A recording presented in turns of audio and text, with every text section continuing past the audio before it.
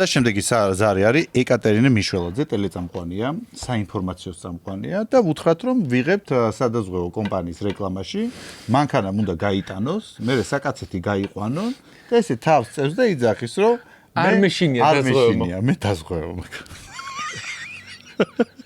არ ნერვიულობ დაზღვევო მოხს. ალო. ქალბატონი ეკამინდო და ეკავა? სადაზღვევო კომპანია PG-დან გირეკავთ თუ გსალიათ. არ მინდა არაფრის დაზღვევა. არა, დაზღვევაზე არა, რეკლამის თაობაზე რაღაცა გვინდა რომ ჩვენ რეკლამაში მიიღოთ მონაწილეობა.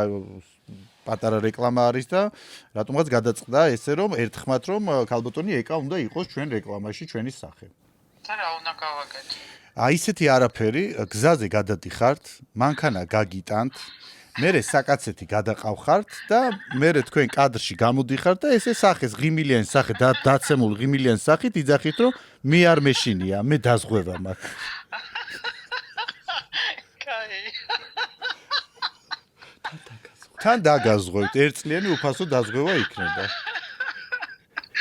ძალიან გამაჩინეთ, მაგარია. თან დაიჯახება თუ დაიჯახება? თან ანუ მან იცით როგორ არის, მე ხსნით რა, საკაცებზე კი წევხართ, მაგრამ თან ხსნით რა, დამეჯახე, დაგეჯახე, მნიშვნელობა არ აქვს, დაზღვევა მაქვს. კი, ძალიან კრეატიული იდეა. ხო და ჰონორარი რამდენია თქვენი?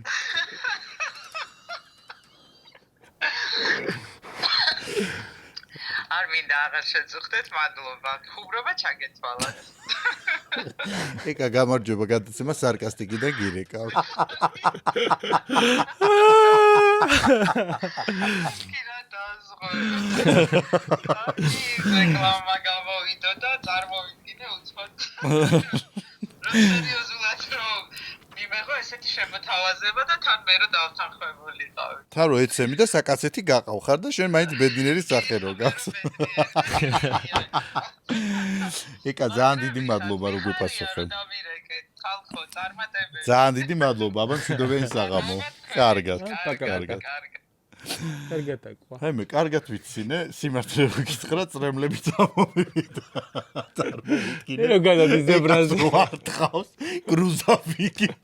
და ესე რო აკეთებ. მე დაზღვეული ვარ, არ მეში. და ხო იცი მაგ დროს რა ხდება სინამდვილეში? რო მაგ დროს დაზღვევა. მაგ დროს დაზღვევა. არა, აქ პასუხობს. აი მე ღმერთო, კაი. რაღაცა იმათ ეფექტს მოგიძებნიან.